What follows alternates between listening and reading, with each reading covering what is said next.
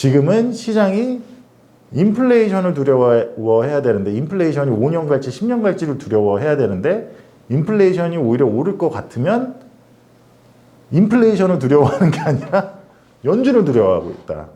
스태그플레이션 상황에서는 그러니까 실업률이 급격하게 올라가고 해도 장기 국채는 계속 오히려 금리가 올라간다. 특히 언제? 지금처럼 장기 국채 금리에 대한 우려가 네, 안녕하십니까 대표님. 네, 안녕하세요.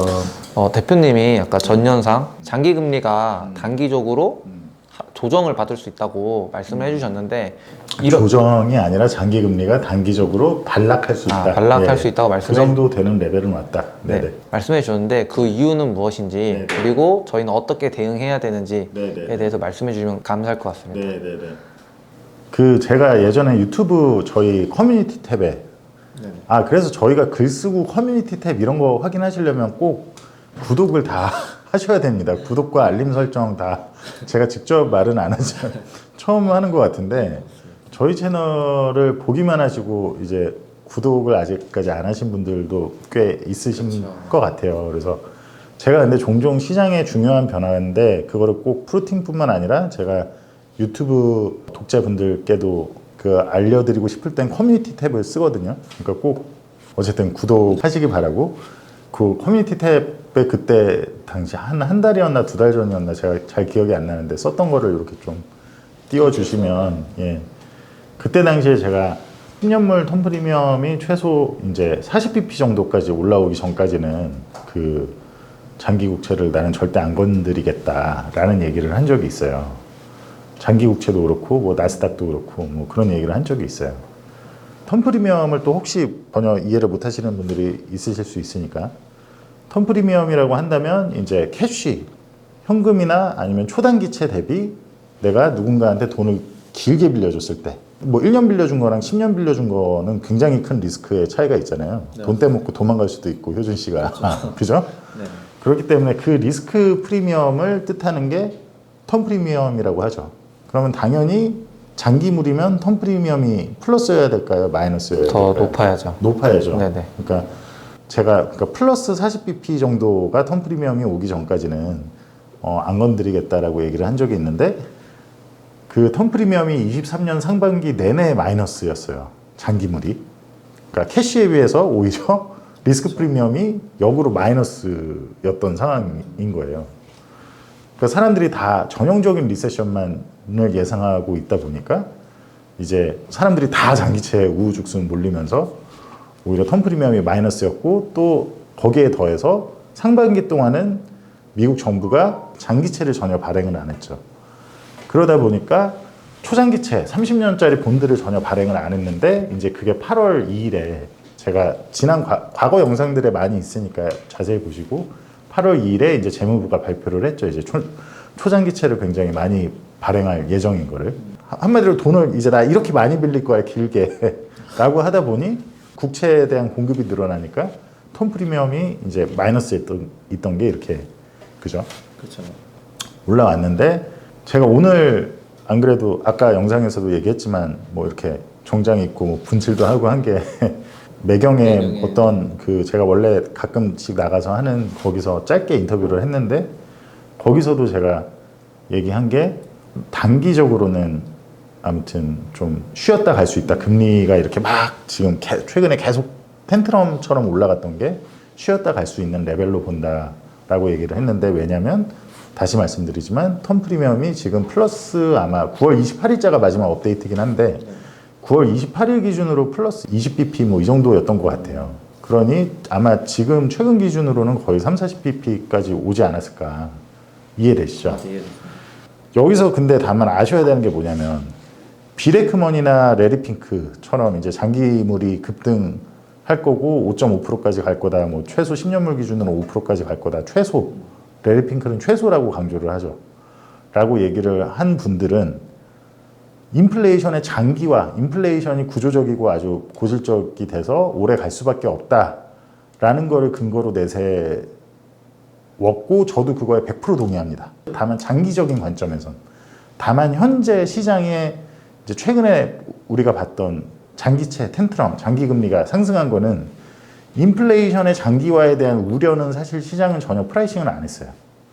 그게 아니라 텀 프리미엄이 올라가는 걸로만, 그러니까 국채 발행이 너무 장기 쪽이 없었어가지고 없고 또 사람들이 너무 전형적인 리세션으로 착각을 해서 장기채를 사야 된다 그래서 깊이 텀 프리미엄이 마이너스 됐던 게 플러스가 된, 그러니까 수급적 요인만 작용해서 마이너스였던 게 플러스가 된 과정만으로 지금까지의 텐트럼이 나타난 거고, 인플레이션이 장기화될 거니까 장기 국채 금리가 추가로 상승하는 건 아직 시작도 안 했다라는 거죠. 그건 뭘 보면 알 수 있냐?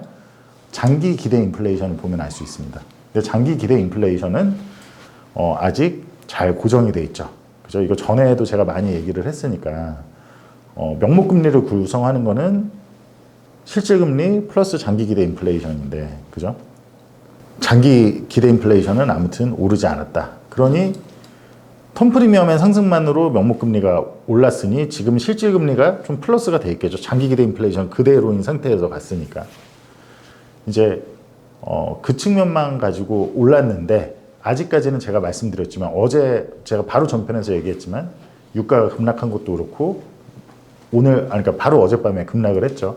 여러 가지를 보면 아직도 시장은 스태그플레이션보다는 뭐 제이미 다이먼도 지금 7% 얘기하고 막 하면서 스태그플레이션을 정말로 생각해 봤냐 막 하면서 얘기하지만, 시장은 여전히 제가 봤을 때는 장기 기대 인플레이션과 텀 프리미엄이나 여러 가지를 봤을 때, 그리고 이제 매크로 전체적인 외환 여러 가지를 봤을 때 시장은 여전히 전형적인 리세션, 장기 금리가 5% 가까이 올랐으니 이제는 진짜 못 버티고 이제 유동성이 다 소진되고 부러지는 그런 리세션이 오겠구나를 더 많이 훨씬 많이 프라이싱을 하고 있어요.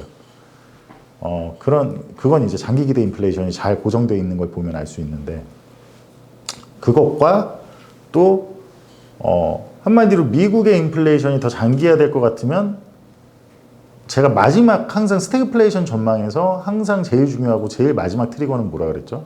하나는 장기 기대 인플레이션이 고삐가 풀려야 되고 그게 확인이 돼야 되고, 명목 금리가 올라가면서 장기 기대 인플레이션으로 인해서 명목 금리가 올라가는 현상. 그렇기 때문에 실질 금리는 오히려 낮게 유지되거나 오히려 반대로 낮아질 수 있는, 명목 금리가 올라가는데도, 그죠? 그게 일단 하나고, 그게 꼭 확인이 돼야 돼요.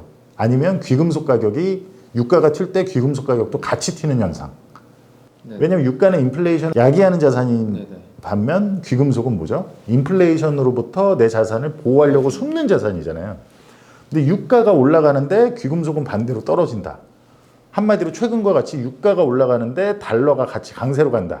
달러가 약해지는 게 아니라. 미국의 인플레이션이 장기화될 것 같으면 제가 늘 말하지만 결국엔 달러는 약세가 돼야 됩니다. 그죠? 근데 아직도 인플레이션을 무서워하기보다는 인플레이션을 잡겠다고 higher for longer를 하겠다는 연준이 무서운 거예요. 그러니까 유가가 올라가면서 달러가 같이 강세로 가고, 인플레이션을 두려워하는 게 아니라 아직도 연준을 두려워하고 있는 거고, 그게 이제 제가 개인적으로 예상하는 거는 이제 미국의 고용이 내일이죠. 내일 발표되죠. 지금 크게 부러지거나 뭐 어떤 미국이 이제 침체 국면에 들어가면, 물론 그때도 처음엔 사람들이 물가도 안정되겠구나 생각하겠지만, 그럼에도 물가가 높게 지속이 될 때, 그럴 때 사람들은 다만 연준이 긴축을 더 세게 하겠구나는 생각하기 어려울 거잖아요. 그죠? 그럼 그때는 어떻게 되겠죠? 유가가 강할 때 달러가 같이 강할까요? 최근처럼? 달러가 약해지겠죠. 그러면 그 말은 유가가 강할 때 귀금속이 같이 강해지겠죠. 그러니까 연준을 두려워하는 게 아니라 인플레이션을 두려워하기 시작할 때, 그게 이제 진짜 스태그플레이션에 대한 시그널인데, 일단은 네네. 저희가 네네. 미국제 10년물 금리가 네네. 단기적으로 반락할 수 있는 이유를 말씀해 주셨는데, 네네네. 그게 미국제 텀 10년물 프리미엄이 어느 정도 그쵸. 단기적으로는 좀 올라갔다. 네, 미국제 10년물 금리를 결정하는 두 가지 요인이 있다고 한다면, 하나는 텀 프리미엄이고 하나는 인플레이션인데, 더 하나 하면 그쵸, 경제 그쵸. 성장 뭐 두나 이게 있겠지만 이건 지금 예. 메인 이슈가 아니니까 메인 이슈가 아니고 예. 빼고 텀 프리미엄이 네네네. 마지막이 0.2였는데 최근 금리가 많이 올랐으니까 최근 확인하니까 0.2까지 올랐더라고요. 예, 플러스 원래 깊이 마이너스였던 그쵸. 게. 예예예. 근데 이미 그러니까 대표님이 보시는 텀 프리미엄이 이제 예. 상단은 0.4인데 예예예. 어느 정도 그게 상단은 아니고 예. 단기적으로는 한 요 레벨쯤 오면은 그쵸. 조정을 받을 수 있는. 건드리기 시작할 만은 하겠구나. 네네.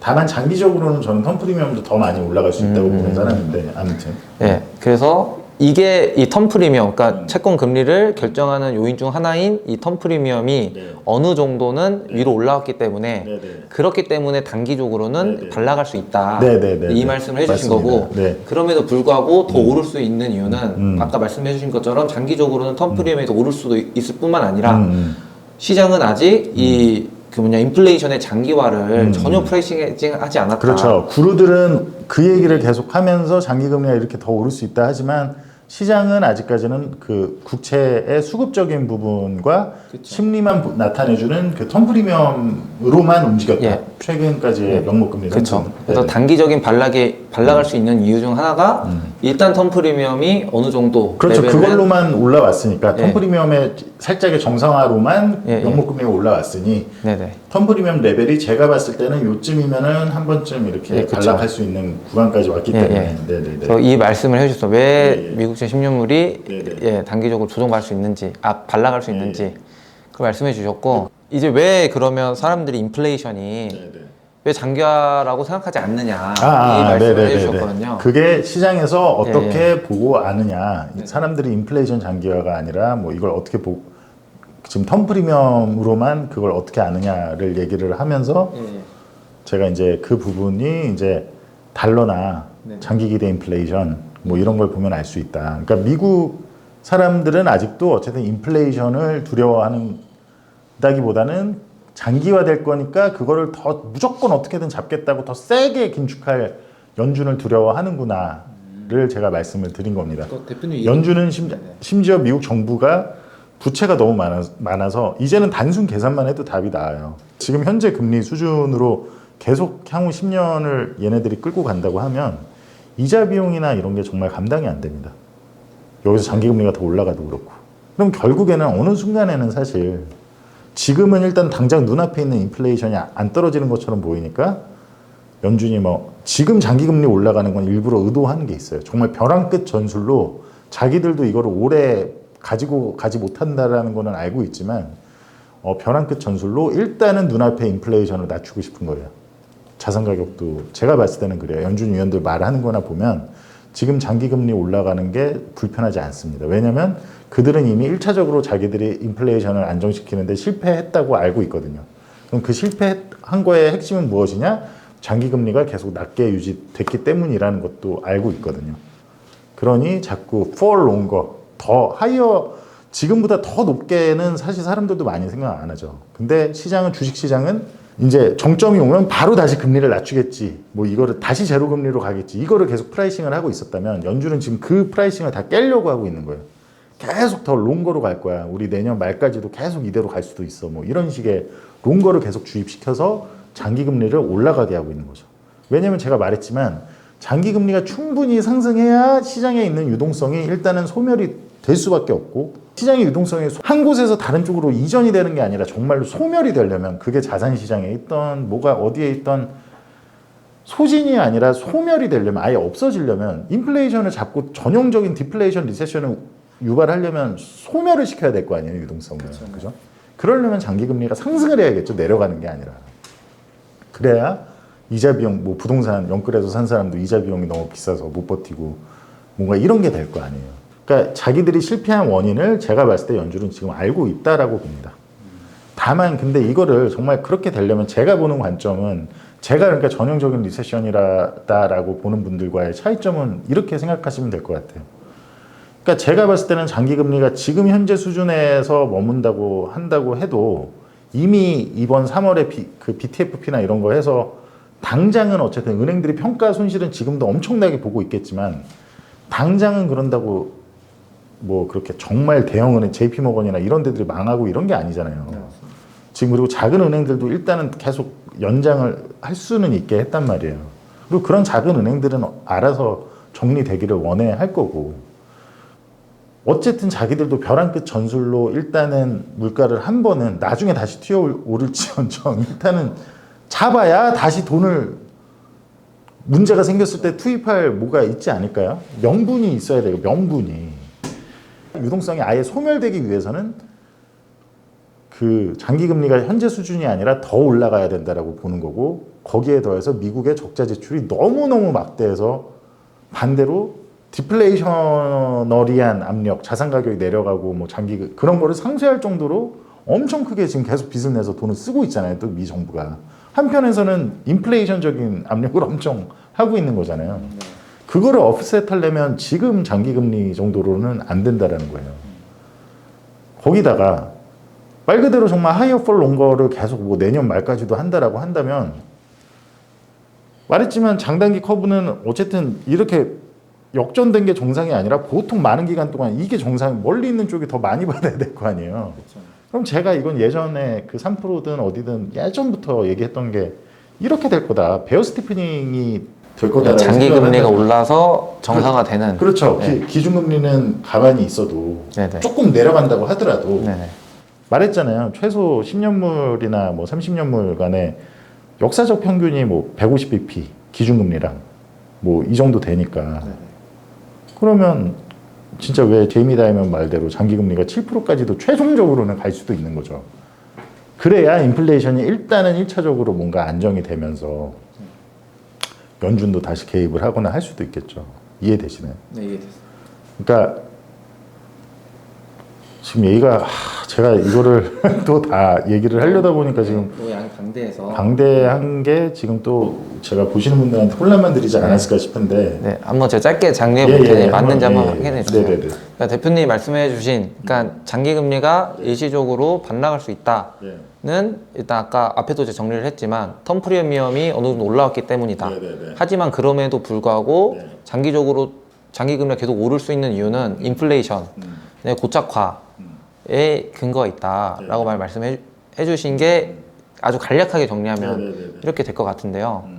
또 대표님이 아까 해주신 말씀 중에 인상적인 게 어떤 스태그플레이션을 뭐 발견할 수 있는 하나의 어떤 시각으로서 그 자산별 움직임을 얘기해 주셨는데 네네네. 예를 들어서 뭐 유가와 뭐 금이 같이 귀금속이 같이 오르면 그건 스태그플레이션의 전형적인 징조다 네네네. 이런 말씀을 해주셨는데 그거 한번 정리해서 말씀해 주시면 좀 그 구독자분께서 그게 아까 제가 설명이 좀 부족. 예 그거를 하다가 네. 또 앞으로 돌아왔거든요. 그래. 예. 죄송합니다. 제가 그 마음이 의욕이 네, 앞서서 네. 더 이렇게 많이 네네네. 말씀해 주시려다 의욕이 보니까 앞서다 보니까 그 유가만 상승하고 금이 하락한다. 그 말은 높아진 가격으로 인해서 그러니까 통화량은 똑같은데 제가 지지난 편인가 뭐 아무튼 영상들에서 많이 얘기했잖아요. 통화량은 똑같은데 어떤 예를 들어 오펙이 갑자기 내가 앞으로 전혀 뭐 생산을 아예 안 할래 라고 하면 유가가 수직으로 오르겠죠. 네 맞습니다. 근데 그런 상황에서는 통화량이 똑같다 보면 그런 상황에서는 다른 재화들의 가격이 떨어질 거 아니에요. 사람들의 소비력이 줄어드니까. 그렇죠.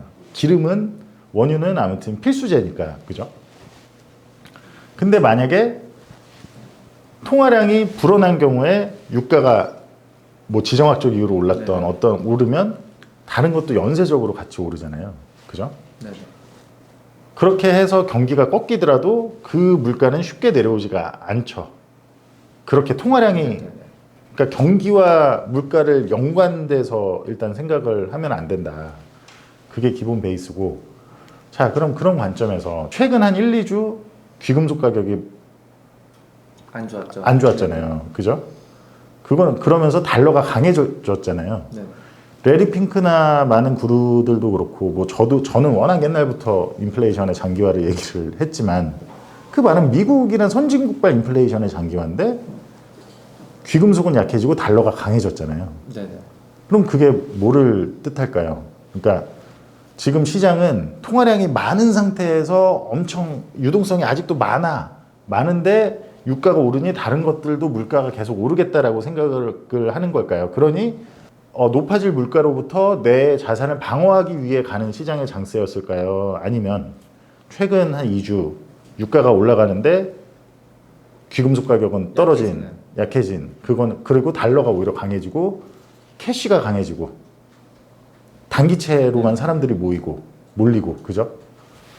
그거는 사람들이 인플레이션을 두려워하는 걸까요? 그러니까 인플레이션이 장기화되는 걸 두려워하는 걸까요? 아니면 사람들은 그냥 모든 게 동일한 상태에서 유가가 이렇게 올라가니 연준이 더 세게 긴축을 할 수밖에 없을 거고 그러니 통화량은 생각을 못하고 그러니 전형적인 돈이 없어서 유동성이 말라서 부러지는 그 침체가 오겠구나. 그걸 걱정을 한 걸까요?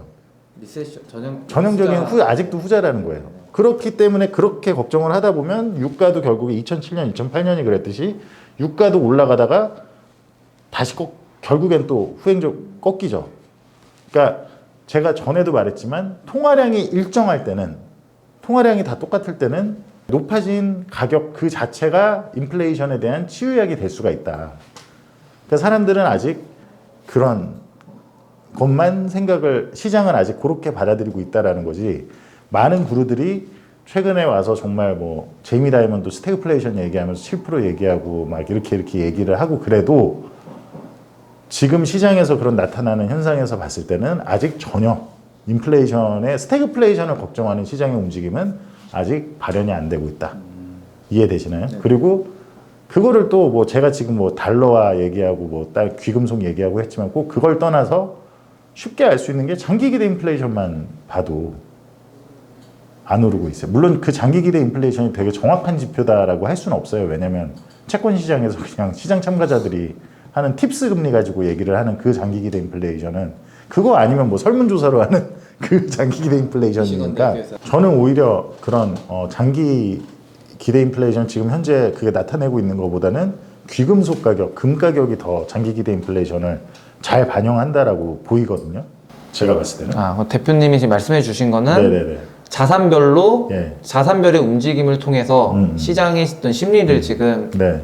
해석하는 방법을 말씀해 주신 거잖아요. 네네네네. 그렇죠. 그렇죠. 네. 예. 그러니까 자산별 움직임의 상관관계를 통해서 네. 그 시장의 심리를 이제 해석하는 방법을 말씀해 주셨는데 그렇죠. 대표님께서 이제 사람들의 장기 기대 인플레이션을 가장 잘 반영하는 것이 금이라고 말씀해 주신 거잖아요. 지금 현재는 제가 봤을 땐 그런 것 같아요. 그러니까 오히려 채권 시장에서 정하는 그 팁스 금리는 사실은 굉장히 불안정한, 사실은 제가 봤을 때는 맞지 않은데 이거는 제 그냥 개인적인 견해입니다. 진정한 장기 기대 인플레이션은 금 가격이 오히려 나타내지 않나라고. 그럼 지금 금 가격이 안 좋다는 거는 사람들이 최근 2주 좀 안 좋았죠. 최근 2주 동안 금 가격이 안 좋았다는 거는 사람들이 장기 기대 인플레이션을 걱정하고 있지 않다라고 해서 네, 여전히. 예. 그리고 실제 채권 시장에서 나타내는 그 팁스 금리 그 장기 기대 인플레이션도 전혀 지금 묶여 있는 상태고요. 그럼 대표님 왜 금을 장기 기대 인플레이션을 가늠할 수 있는 중요한 지표라고 생각하시는지 잠깐 말씀해 주실 수 있을까요? 그러니까 팁스 국채 가격하고 금 가격의 다이버전스를 보면 알 수 있어요. 그러니까 21년하고 22년에 인플레이션이 몇 프로였죠? 거의 7%, 7%. 거의 평균으로 치면은 연에 7%씩은 발현했잖아요. 그럼에도 불구하고 그래서 그때 당시에 인플레이션 해칭하려면 팁스 사야 되는 거 팁스는 어떤가요? 하고 물어보시는 분들이 저희 독자분들이나 해서 있어서 제가 다 답글도 드리고 했었는데 팁스는 그때도 제가 얘기했던 게 되게 좀 비아스가 왜곡이 많이 된다. 그러니까 만약 21년 초에 팁스를 샀어요. 그럼 지금까지 인플레이션 해칭이 되고 그 자본 차익을 얻었을까요? 아니, 엄청 빠졌습니다. 그러니까 인플레이션이 그렇게 발생하는 와중에도 귀금속 금 가격은 그래도 전고점 부근에서 계속 높아져서 그래도 아무튼 그랬잖아요.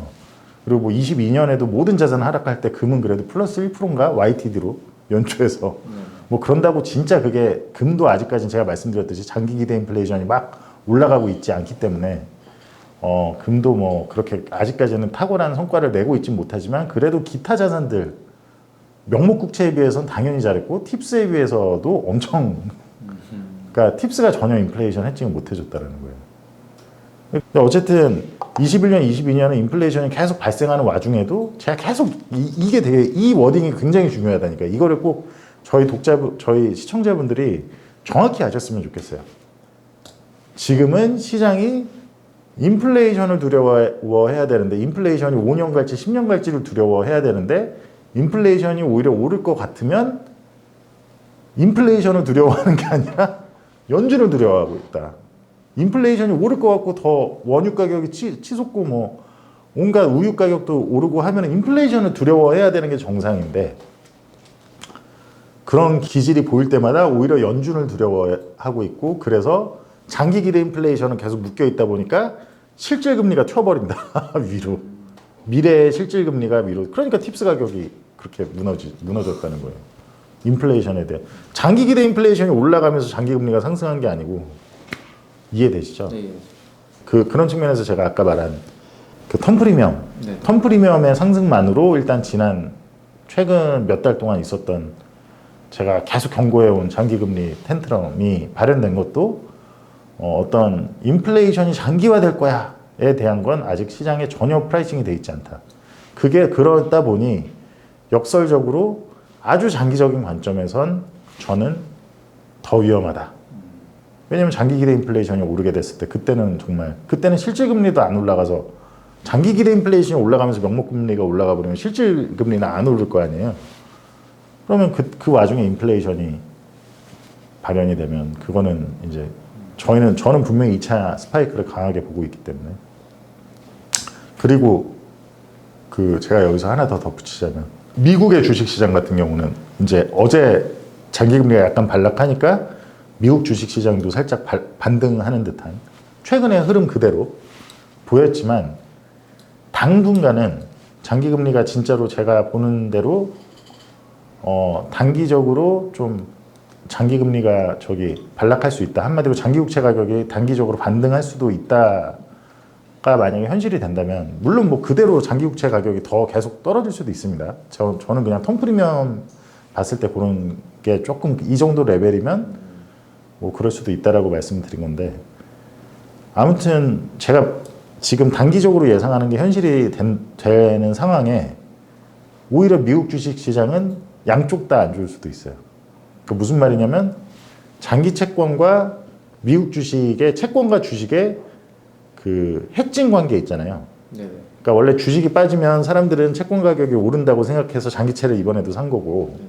주식이 가격이 오르면 장기 채권이 떨어져서 이렇게 샀잖아요. 그게 당분간은 현실이 다시 돌아올 수가 있습니다. 그러니까 그런 상관관계가 해칭의 관계가 살아날 수가 있어요. 그러니까 장기 금리는 하락하면서 성장주나 이런 뭐 미국 주식 시장이 하락할 수가 있어요.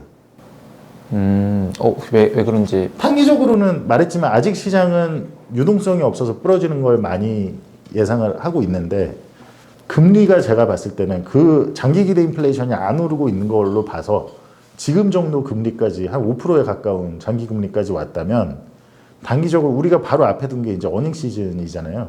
네. 근데 저는 인플레이션이 앞으로도 계속 장기화라고 보지만 그런다고 명목 어닝이 확 늘어났을 것 같지도 않아요. 그러니까 일단은 사람들이 실제로 저축률이 떨어진 건 자기 가처분 소득 대비 저축률이 떨어진 건 맞아요. 제가 지난 영상들에서도 많이 얘기했지만 다만 유동성이라는 건 시장이 잘못 찍고 있는 게 그것만 봐서는 안 되고 뭐 MMF도 봐야 되고 뭐 주식 가격도 봐야 되고 자산 가격도 봐야 되고 그런 걸로 봤을 때는 아직 유동성이 제가 봤을 때는 너무 많다. 소멸이 되어야 될 유동성이 아직도 너무 많고 그렇기 때문에 궁극적으로는 그들이 생각하는 전형적인 침체가 오려면 장기금리가 더 올라가야 되지 내려가는 걸로는 절대 해결이 안 된다. 내려가면 오히려 유동성이 많은 상태에선 무조건 멀티플을 받쳐주는 역할을 한다. 그 멀티플 얘기는 꼭 거기에서 멀티플에 대한 설명을 자세히 했으니까 그거 다시 꼭 여기 링크 넣어주시고 제가 무슨 얘기하다가 이제 당분간 주식과 이제 채권의 상관관계가 예전과 같이 예전과 같이 있다. 돌아올 수 있어요. 단기간은. 그러니까 단기간 동안은. 왜냐면 어닝 시즌이 발표인데 어쨌든 올해 들어서 이제 주식이 다시 상승하고 하니까 애널들이 꽤 상반기에 어닝 전망치를 높여놨단 말이에요. 근데 물론 뭐 최근 들어서 다시 또 조금 하니까 조금 낮추고 있는 애널도 있긴 한데 어쨌든 좀 높여놓은 상태라 인플레이션의 장기화라는 건 말씀드렸듯이 어닝을 걱정할 게 아니라 장기 금리가 오르면서 멀티플이 수축되는 걸 걱정을 해야 되지만 단기적으로 이제 이번 어닝 시즌 동안에는 애널들이 어닝 전망치를 꽤 높여놔서 어닝이 예상치보다 낮게 나올 가능성이 꽤 있죠. 그러면 미국 주식은 이번에는 그러니까 최근 한 2달은 멀티플의 수축으로 고생을 했으나 지금은 이제 또 어닝, 전통적인 그걸로 좀 고생할 가능성도 있습니다. 뭐 여기서 장기 금리가 더 올라도 문제고 유동성이 많이 남아 있는 상태니까 아직도 올라도 문제고 한마디로 떨어진다고 해도 미국 주식이 반등하기가 쉽지가 않을 수가 있다. 그러니까 미국 주식 중에서도 이제 멀티플이 아주 고평가된 그런 주식들은 쉽지 않을 수 있다. 그러니까 어닝이 조금 이번 분기는 바로 앞에 이제 얼마 안 남았는데 조금 그렇게 나올 수도 있다라는 점을 정확히 인지를 하셨으면 좋겠어요.